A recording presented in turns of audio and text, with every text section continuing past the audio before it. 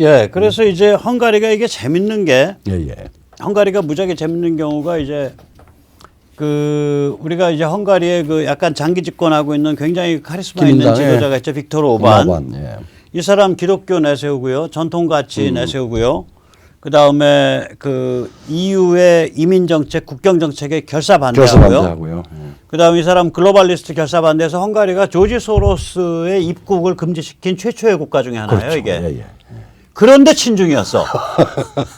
저 빅토르 오반 팬인데 예. 엄청난 친중이에요, 이 사람. 예, 예, 예. 근데 이 사람 왜 친중을 했을까라고 이 사람을 변명을 해준다면 그 무시무시한 글로벌리스트들하고 EU에 대해서 버틸래니까 중국을 끼고 버틴 거예요. 그러니까 레버리지가 아주 큰 레버리지죠. 그러니까 이 사람은 또 트럼프가 등장하니까 친중은 안 버리고 또 열렬한 트럼프 지지야. 또 여러분 기독교 뭐 보수 뭐 반 EU 반 글로벌리스트니까 또 트럼프 지지예요. 그러니까 우리가 참 이런 데서 뭐라 그럴까 그 현실 그 열강이 아닌 나라. 그러니까 중간에 끼어 있는 나라에 우리 한국도 좀 저런 면이 있을 텐데. 그러니까 이승만 대통령이 그걸 정말 잘했죠. 말하자면은 이건 지금 오바마보다는 몇 수위로 그때는 그야말로 스몰 파워 끼어 있는 거. 그러니까 우남은 워낙에 미국을 잘 아니까 우남 이승만 대통령은 국가와 국가 사이의 줄타기란 게 아니라 미국 국내의 정치 세력과 정치 세력 사이의 줄타기랬어요. 예, 그까지 포함해서. 출신으로 보면 민주당에 가깝고. 그렇죠.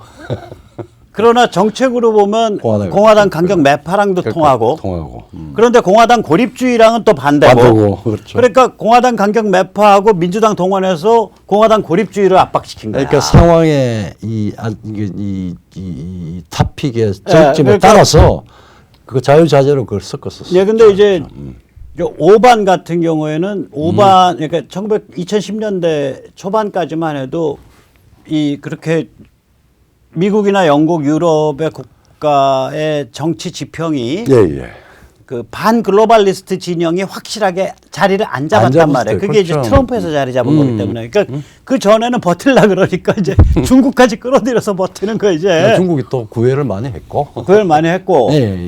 그래서 이제 이게 희한한 경우인데 부다페스트에 그래서 어느 정도냐. 부다페스트에 그 중국에서 제일 유명한 대학 중에 하나죠. 후단 대학. 샹하이 후단 대학의 국제 캠퍼스를 짓게 돼 있었어요. 참 재밌습니다. 젊은 75년생 그 일종의 야당 오반하고는 정치로 다른데. 네, 오바마의 반대파. 오반의 반대파고. 야당 시장이에요. 그 이제 뭐 75년생이니까 상당히 젊었죠. 그리고 이 연합을 만들어 가지고 시장을 아주 혜성같이 나타났을 때였습니다. 네. 그러고 난 뒤에 이제 이 친중 오반에 대해서 네, 반중을 표방하고 나온 거예요. 저항 시위도 있고 그러니까 자기는 그걸 받아가 어떻게 했냐면 거리 이름을 그 달라이 라마 거리, 예. 그다음에 신장 위구 순교자의 거리, 그다음에 그 시지광이라고 저기 중국의 유명한 그 카톨릭 주교, 예. 공산당에 반대한 시시광 주교 거리. 그러니까 완전히 반중으로 그냥. 그러니까 크라촌이라고 하는 친구예요. 아주 잘생기고 키 크고 젊고 뭐 아주 왕성해요. 다음에 리더가 될 수 있는. 예. 그래서 이게 이제 부다페스트의 후단 대학 캠퍼스를 국제 캠퍼스를 짓는 걸 반대하는 시위 수만 명이 나와서 저렇게 합니다. 철회가 됐을 겁니다 아마. 철회됐어요. 지난 6월부터. 네. 저거에 기반해서 아까 말한 오반에 대항하는 반중 성향의 부다페스트 시장이 거리 이름을 전부 반중으로 지어버린 거예요, 저게. 그러니까 이제 우리가 지금 몇 개 케이스 가지고 이야기했는데 이게 다 의미가 있는 게 아프리카라고 하는 것들 지금은 이제 중국에서도 그런 문제가 나오는데 근데 뭐 지부티 항구에서 군사적인 목적으로 그건 투자별로 없이 할 수 있는 부분이 되는데 아프리카 전체를 놓고 자원을 다 가져오겠다. 그리고 뭐 국가 막 빌려줘서 그 아프리카의 그 불안정한 이 독재 그 리더하고 짬짬이를 해서 한다고 한들 뭘 중국이 얻을 것인가라고 하는 부분이에요. 그다음에 두 번째 호주라고 하는 이 말하자면은 국제 무역으로 중국에 가장 필요한 사실은 파트너가 될 수 있는 부분인데 또 호주도 중국이 사실 필요했는데 이걸 건드려 가지고 이걸 건드려 가지고 예, 성나게 만들었죠. 성나게 만들었죠. 예. 그러니까 바로 호주가 가지고 있는 원래의 자기 국가의 성격을 딱 찾으면서 미국하고 앵글로색슨 군사동맹으로 간 거죠. 밀리터리 얼라이언스를 딱 바로 만들었죠. 이거는 또 이 문제는 중국한테 치명적인 게 예. 중국이 지금 남사군도부터 해가지고 서남 그 태평양 지역에 네네. 말하자면은 지금 저 제1도련선과 제2도련선 사이까지 네. 해서 말하자면은 국제법적으로 글로벌 스탠다드로 만들어진 항행의 자유하고 관련이 또 되죠. 그래서 뭐 이 호주는 선진국인데다가 그다음에 이 자원부국이고. 태평양 자원부국에다가 태평양 전체의 게임이 다 걸린 부분인데 그 그냥 그냥 자기들이 그걸 깨셔버렸어요. 그런데다가 예. 그 빅토리아 주하고 1대1로 협약까지 맺었단 말이에요. 예, 그러다가 이제 판 엎어져 버린 판에 거죠. 엎어져 예, 버렸죠. 근데 이제 아까 헝가리 얘기를 좀 더 하면 헝가리는 그래서 지금 오반 쪽에 여당하고 부다페스트 시장 등이 활동하고 있는 야당 사이에 누가 더 선명하게 반중하냐. 반중하냐. 그래서 반중 선명성 경쟁에 붙어 있는 상황이에요, 지금 이게. 그러니까 이제 뭐 저기 겉으로 우리 이제 중국 시진핑 예, 참 부럽죠. 중국 시진핑이 들어와서 1대1로 들어왔는데 중국 우리 네. 참 이 서양에 대해서 서세 동점에 대해서 150년 이상의 치욕의 역사를 딛고 유럽을 정복하겠다라고 네. 하고 거기에 중간 정거장인 부다페스트를 공을 참 많이 들였는데 지금 다 깨지게 생겼다 이 말이죠. 네. 그래서 이제 이런 걸 이렇게 살펴보면 야 이게 중국이 이게 1대1론이 뭐니 해서 이게 세계 제국 된다고 했는데 이거 다 몽상망상이었네. 그리고 그리고 굉장히 부패한 고리고 그러니까 현지에 관해서도 부패하고 그렇게 차관 집어넣어서 중국 건설사 진출하고 중국 제품 진출할 때도 또 중국 사이드에서도 또 뜯어먹고 중국인들이 네. 그런 쌍방 부패골인데 이런 식으로 해서 제국이 만들어지겠나. 그래서 이제 제국의 조건을 저희가 좀 생각을 해봤죠. 네. 한 3개 조건 정도가 있는 것 같아요. 본질적으로. 제국이 이제 인류 역사상 최초의 제국을 저희는 이제 페르시아 제국으로 꼽습니다. 그래서 이제 우리가 지금 제국 그러면 사실 우리한테는 네, 한 2500년 전 페르시아 이제 제국. 제국의 주변에 있는 사람들은 굉장히 피해의식도 큰데 예. 사실은 이 제국을 악마화시켜서 말하자면은 한 게 레닌, 그다음에 뭐 또 우리 정속이론 뭐 하면서 와르슈타인, 그다음에 최근에 또 촘스키, 또 요새 최근에 모든 문제는 미제국주의 뭐 백인 우월주의 뭐 우월주의 현대 뭐 이런 식으로 해서 CRT, 이제 예. 사실은 그 이제 미국도 자기 파괴적인 예, 예. 저기 터미놀로지로 제국을 사용하고 있는데 중국도 그런 측면에서는 이 제국을 지향하는 같이 보이고 자기들이 자기 국내 중국 인민들을 위해서 그 중국 뽕을 위해서 중국 제국의 영광을 재현한다라고 해서 중국은 꼭 제국으로 이야기를 하고 그다음에 문명 국가다 뭐 이런 식으로 이야기를 하는데 사실은 이 중국은 항상 반쪽 제국이었고요. 그렇죠. 네. 중국은 제국이 될 때 되게 북방 민족에 의해서 정복당해서 제국이 됐어요. 그 나중에 이제 말씀을 드릴게요. 그렇죠. 왜 중국 제국을 반쪽이라 그러는지. 그래서 이제 일반 이 네. 조그마한 우리 이제 뭐 국민 국가라고 그러는데 그거보다는 복합 국가 혹은 광대한 이제 제국이라고 하는 건데 이게 조건들이 있어요. 예, 그거 이제 제대로 된 제국을 저 조건을 가지고 보면 서양사에서도 서양사는 저걸 확실히 하는데 예를 네. 들어서 에집트 엠파이어라는 얘기를 안 써요. 안 쓰죠. 또 수메르 엠파이어라는 얘기를 안 써요. 그러니까 예, 근데 그러니까 엠파이어란 고대사 서양의 그러니까 그러니까 이 동아시아 말고 비아시아 고대사에서 제국이라고 불리는 첫 제국이 페르시아죠. 페르시아예요. 2500년 전. 그리고 예, 근데 영국이 성경에 나오는 고레스, 키루스. 영국이 전 세계를 제패를 해도 엠파이어라고 이야기를 안 하고 임페리얼 스테이트, 뭐 임페리얼리스트 스테이트. 그러니까 이 자체는 제국이 될 수가 없어요. 근데 이제 페르시아라든지 지금 헬레님 제국이라든지 아르산드 그다음에 뭐 로마 제국이라든지 그다음에 이 중국의 뭐 당나라 원나라 뭐 쭉 해서 있고 지금 이제 미국 같은 경우에도 사실은 엠파이어죠. 근데 그 엠파이어가 이 세계를 제패를 하고 지속을 하고 하는 데는 중요한 포지티브한 요소들을 가지고 있어요. 예, 긍정적 요소가 한 3개쯤 있어야 돼요. 있어요. 그걸 이제 A가 언어, 문화, 문명에서 우위성이 그게 있어야 제일 돼요. 중요하죠. 그러니까 언어적 지배력, 그다음에 문화와 문명의 그 가치와 방식에 있어서의 우월한 점이 있어야 그렇죠. 돼요. 예. 그래야 인류는 서로 상호작용하면서 배우는 거니까. 그렇죠. 예. 그래야 이 그 제국의 이 변두리, 예, 예. 제국의 변방에서 그걸 흡수하면서 올라선다고. 올라서죠. 예. 예. 그래서 이게 이제 언어, 문화, 문명의 우위성이 하나고. 그러니까 근데 중국어 안 말한단 말이야. 일로 일대 한다 그래서 아프리카인들이 한자 쓰고 중국어 안 한다고. 중국은 원래 특권 지배 네. 정의 언어니까 일반어는 아니. 그다음에 이제 두 일반어는 안 되죠. 번째는 이 제국이 세계 질서, 그러니까 좋은 의미에서 질서, 서로 교통할 수 있는 그 질서를 안정화시켜요. 이제 단순한 세계 질서의 안정화와 강화. 이제 단순한 저기 무력만 가지고 되는 거 아닙니다. 예, 예. 정복으로 세계 제국을 만들 수는 없어요. 그러니까 뭐 만들어도 만들어도 그 뭘로 뒤에 만들어도 그 뒤에 뭔가가 붙어야 돼요. 거기에 예, 시스템이 깔려야 됩니다. 시스템이죠. 같이. 예. 그다음에 사실은 뭐 제국 혹은 제국주의라고 우리가 굉장히 이제 말하자면은 그 경멸하는 단어로 많이 쓰긴 하는데 그게 굉장히 수탈 뭐 착취 뭐 이런 걸로 되는데 사실은 제국이 오랫동안 크게 이 확장이 될 때는 호혜적인 고리와 공동 번영이라고 하는 경제 권역, 경제 세계를 만들어 주는데 상당한 후견자 혹은 지도자 역할을 해요. 상호 호혜적 교류와 그렇죠. 공동 번영. 그렇죠. 그러니까 이게 제국의 중심이 다 착취해서 가져가는 게 아니라 아니라, 딱 틀 잡아서 그렇죠. 서로 사회가- 교통하게 서로 통할 수 있게 안정화를 딱 시켜주니까 전부 이제 다 풍요해지는 거죠. 그렇죠. 예. 그게 이제 저게 제국의 역할이거든요. 예. 그뭐 저 역할을 제대로 하는 경우 혹은 저 역할 중에 그래도 한두 개라도 제대로 하면 제국이라고 불러주겠다 그렇죠. 이거야. 그렇죠. 예. 저 셋을 다 하면 다행이고. 예, 예.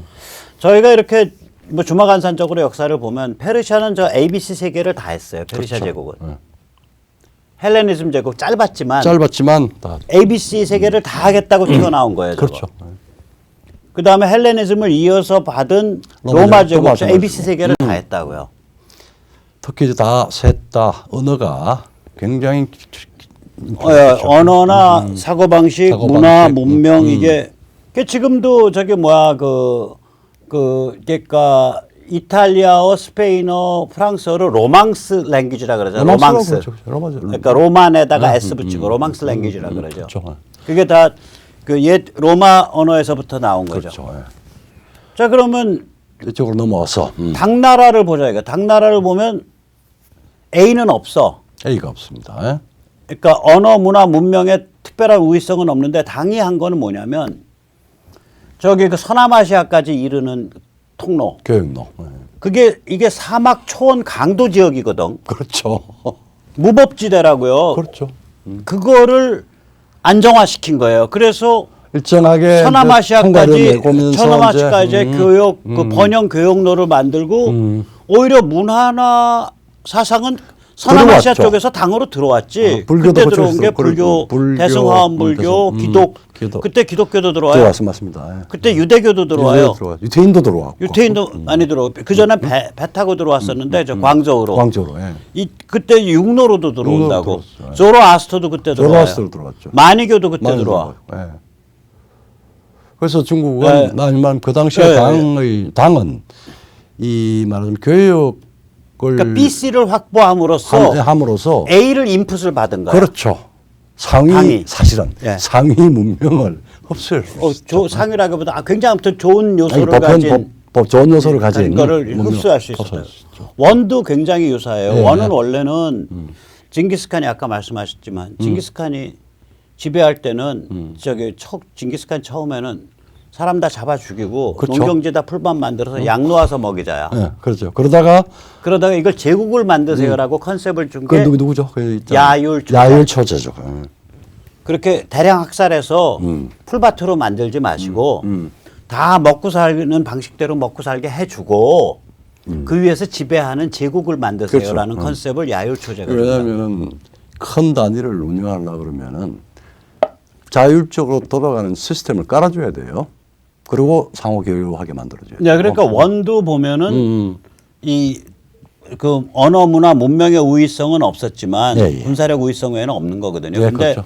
질서를 안정화시켜서 강화하고 상호 호혜적 교류와 공동 번영 예, 틀을 만든 거예요. 그렇죠. 그게 그래서 원이 이제 제국으로 인정을 받는 거예요. BC는 해냈으니까. 그 중국은 그러면 저 셋 중에 하나라도 하냐 이거야. 일단 외부의 문화 문명에 약탈적으로 기생하잖아 중국이. 그렇죠. 내부의 식민지 말하자면 아니 그러니까 왜 이렇게 현대 문명 그이 만든 정신 세계에 기여는 못하면서 기여를 못하면서 거기에 끼어들어서 그 비틀어 갖고 중국식 사회주의 만세 그렇죠. 모택동의 발명품이 지중해 일대 서유럽에서 나온 사상과 3,000년 동안의 사상과 제도를 우월하게 넘었습니다. 중화 만세. 공자 간판 걸고 간판 걸고 마오 파는 거야? 가르치고 그런 거죠. 조금 있어 홍수전 팔고 이제 그렇죠. 레닌드 끼워 팔고. 그러니까 이거는 약탈적이죠. 그러니까 판을 망치면서 네. 망치면서 기생하고 있는 거예요. 요새 문화나 문명에서. 소통 이 가장 포악한 정부를 이야기할 때 우리가 predatory government라고 그래요. 네네. 약탈적 정부. 정부. 아니, 그래서 요새 화천대유 정부. 요새 모 후보가 아니, 난 후보 욕은 안 해. 화천대유 정부. 그게 아니고 그거에 대해서 모 후보가 약탈 정부라고 이야기했는데 사실은 윤석열이가 작년에 8.15 때 전교모 저 제3차 성명서 할 때 그 소위 이권 카르텔이라는 말을 하고 네. 부패 공동체라고 하는 말, 그다음에 약탈 정부라고 하는 말 제가 만들어서 집어넣었습니다. 네. 그게 아마 그래서 이제 그 다음에 세계 질서를 그러면 좋은 방향으로 얘가 강화하냐, 네, 안정화시키냐 아니라 그게 아니라 기존 세계 질서를 흔들고 거기서 한 구덩이 자기 걸로 만드는 과정에서 기존 세계 질서를 부셔버리려는 약탈적 기생이라고 세계 질서에 그렇죠. 이제 대해서. 세계 질서를 자기들이 빌드하는 게 아니라 네. 밖에 있는 기존에 잘 나갔던 것들을 해체하고 파괴하면서 자기 나와바리 만들고 자기 나와바리 만들고 그러니까 자기가 약탈적 기생이죠. 그러니까 파괴적 기생이에요. 파괴적 기생인데 기생충원에 못 가잖아요. 예, 그 다음에 이제 기존의 그러니까 세계 시장 질서죠. 네. 교류 공동 번영 질서, 세계 시장 질서에 대해서도 약탈적 기생을 하죠. 아니 주권 평등 체제인데 중화 체제를 강조하니까 네, 그리고 시장 질서를 다 깨니까. 시장 질서도 네, 깨고 시장 질서를 왜냐면 중국 공산당의 결정에 의해서 무지막지한 그 지재권 약탈, 영업권 약탈, 집중 공격, 덤핑 이런 것에서 시장을 교란해 버리니까 전략적 투자에 의해서. 사실 이제 이런 측면에서 우리가 지금 미국을 이야기를 안 했는데 사실은 정치학적으로 혹은 뭐 정치사적으로 미국은 예외적 제국입니다. 지금 이런 쪽에서 페르시아나 헬레니즘에 가까운 게 아니라 그걸 넘어섰죠. 그걸 넘어섰죠. 왜냐하면 영토적 정복이 미국은 이제 없으니까. 멀티 에스닉이니까 에스니시티와 종교의 종단을 초월했잖아. 종단을 초월했고 처음부터 그다음에 아주 그 그리스 로마적 그 경험 체계 아래서 미국 안이 아주 공정한 제국인 거예요. 그 공정한 제국이죠. 예, 그리스 로마적 그 질서야. 중국은 미국 내부가 중국 안이 그리고 그거를 지배적 제국이에요. 그거를 중국 안이 지배적 제국이죠. 지배적인 게 아니라 그 이제 뭐예요? 이거 저기 뭐 몬도가네죠. 몬도가네죠. 사람이 사람을 잡아먹는 중국 내부가. 지난 시간에 우리가 노신의 그 광인일기의 문제의식 그게 겉으로는 삼강오륜 예교로 포장이 돼 있지만 어떤 개인도 이 전체에 대해서 자율주의로 존재할 수 없다라고 하는 그 심각한 폐색증임이에요. 그러니까 이제 우리가 뭐를 볼 수 있냐면 야 이게 뭐 문화나 문명에서도 약탈적 파괴적 기생충이야. 세계 질서에 관해서도 약탈적 파괴적 기생충이야. 네. 그다음에 세계 시장 즉 상호호혜적 교류와 공동 번영 시스템에 관해서도 약탈적 파괴적 기생충이야. 그럼 얘가 제국 될 수 있냐 이거지. 기생충이 제국이 될 수 있냐 이거지. 근데 여전히 모든 시진핑의 공식 연설에는 제국이 되겠다고 이제 계속 중국 얘기하죠. 제국의 영광을 재현하기 위해서 이렇게 노력합시다. 뭐 이런 식으로 얘기를 하죠. 그래서 옛날 제국이라는 게 이게 이제 요즘 이제 말하자면 영미가 주도했던 현대 문명의 제국적 질서. 네. 그때 이 제국은 나쁜 의미가 아닙니다. 분명히 아까 그 세 가지 요소예요. 이건 세 가지 요소 다 들어가 있죠. 문화와 문명에서의 어떤 특징과 우위성을 전 세계에 보급해 주는 역할. 그 다음에 세계 질서를 안정화시키고 강화하는 역할, 좋은 방향으로. 좋은 방향으로. 그다음에 세계 시장을 안정화시키고 번영시키는 역할. 그렇죠. 예. 이게 이제 현대 문명의 제국인데 그렇죠. 이 셋이 이 셋에 대해 이거 그러나 옛날에는 이거가 피비린내나는 정복을 통해서 일부가 이렇게 됐죠. 됐단 말이에요. 옛날 제국들은 우리가 인정할 수 있는 페르시아, 헬레니즘, 로마 다 피비린내는 정복인데 당나라, 원나라 거기서도 아까도 살펴봤지만 이 셋의 요소가 있는 거예요. 이거 보시면 아시지만 그림에 예. 저게 이제 페르시아 제국 키루스. 키루스죠. 우리가 이제 성경에서 고레스라고 하고 고레스를, 예. 영어에서는 사이러스라고 그러죠. 발음을. 근데 저게 이제 BC 6세기죠. 네. 그 최초의 제국이고 그 다음에 이제 한 200년, 한 150년 후에 알렉산더 BC 예. 4세기. 비유로 들어가셨지만 뭐. 네, 로마는 이제 시저가 과연 대표할 수 있겠냐 없겠냐지만 뭐 일단 제일 시저 유명한 게 시기 시저니까. 전으로 해서 예. BC 1세기. 그 다음에 당태종이 저기 오른쪽이죠. 예, 저기 예. 오른쪽에 그 노란 옷. 예. 저게 이제 AD 7세기. 예. 징기스칸이 AD 13세기란 말이에요. 13세기죠. 예. 그럼 당태종과 징기스칸은 ABC 중에 A는 못했고, 그러니까 언어, 문화, 문명은 못했고, BC는 했단 말이에요. 그리고 키루스나 알렉산더나 이제 그 로마는 헬레니즘이나 로마는 ABC를 다 한 셈이에요. 그 옛날 버전으로는 피비린내는 나지만. 그 사이에 이제 뭐 나폴레옹이나 히틀러나 뭐 일본이나 뭐 다 거기는 그런 걸 해보려고 흉내를 했는데 그 이제 현대 쪽이고 그 현대는 영미죠. 영미가 그런 그 이 세 가지를 다. 그건 제국을 건설하는 야심가도 있었는데 다 아주 정말 네. 개인의 비극이 아니라 세계의 비극을 만들고 예. 이제 사라졌죠.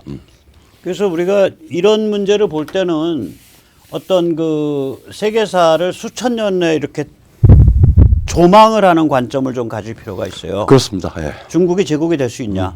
혹은 중국이 지금 말하는 제국몽이라 예. 그럴 때 걔들은 입으로 그렇게 하지만 우리가 과연 우리가 인정할 수 있는 제국 존재 이유가 있다면 제국의 존재 이유가 있다면 또 지금을 이제 정치평론가들은 지금을 일종의 이제 아메리칸 엠파이어 시대라고 부르잖아요. 그렇죠. 미국이 하나의 글로벌 임파이어를 리드하고 있는 그런 이럴 때 제국이라는 건 뭐냐 우리가 레닌이 말하는 그런 제국이 아니라 그게 있습니다. 예. 국제정치학자들 현대 철학자 중에서 제일 유일한 사람이 레몽 아롱이 Paix par l'Empire 엠파이어에 의한 평화가 있다는 거예요. 그게 이제 말하는 아까 우리가 말한 세계 질서 세 가지 세계 질서 BC예요. A, B가 BC. BC. 그러니까 제국이 평화스러운 그 상호 교류, 공동 번영 질서를 만들어내는 그 기능이 있다고. 그래서 이제 그런데 그게 만약에 문명과 문화적 가치까지 같이 리드를 해주고 그걸 전파를 해주면 인류의 어떤 면에서 홍복이야. 예. 그게 이제 그게 또 비군사적 방법으로 하면. 그게 ABC가 결합되면은 그 시대의 시사적으로 굉장히 넓게 퍼지고 안정이 되고 지속이 상당히 오랫동안 됩니다. 그뿐만 아니라 그게 또 비군사적 방법. 비군사적 방법이고. 예. 미국은 비군사적 방법으로 했으니까. 그래서 그거를.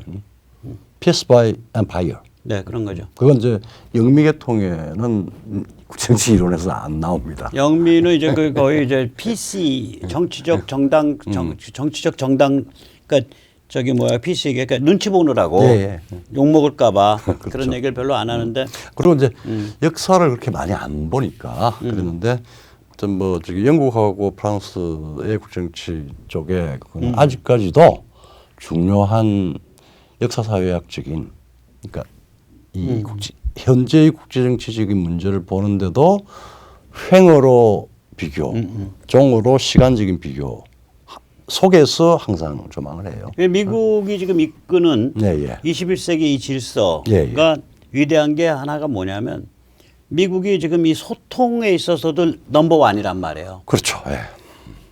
이 소통 기술에 있어서. 그러니까 우리가 이제 제가 이 그림은 제가 생각해도 좀 잘 그렸어. 지난번에 우리 같이. 이 그림은 제가 생각해도 잘 그렸어요.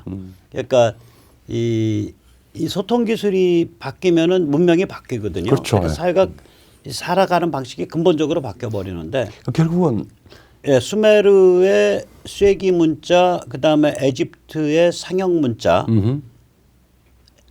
고대 문명을 만들어냈다라고 저는 생각을 해요. 그렇죠. 그 다음에 알파벳이 축시대, 축시대를 만들어냈다. 그러니까 뭐냐면은 알파벳이 없었더라면은 그러니까 기독교도 퍼지지 못했고, 보편종교, 헬레니즘도 퍼지지 못했고, 불교도 퍼지지 못했다. 알파벳이 없었으면 이미 불교 시대 때 되면 그 브라미 스크립트, 네, 그렇죠. 그러니까 브라만 그 글자가 알파벳화돼요. 알파벳. 네, 알파벳화되고 그리고 그 아까 저기 알파벳이라는 건 뭐냐면 자모음이 각각의 문자인 것처럼 찍히는 거, 문자로서 찍히는 걸 알파벳이라 그러고요. 네. 우리가 저 용어 잘 모르는데 그 아부기다라는 게 있어요. 아부기다는 뭐냐면 한글처럼 네. 자모음을 컨비네이션해서 하나의 문자인 것처럼 나타내는 그렇죠. 거. 그걸 아부기다라 그래요. 그래서 아마 이 브라미 스크립트가 아부기다였을 거예요. 브라미, 브라만 그게. 그러니까 이건 이미 알파벳이라고.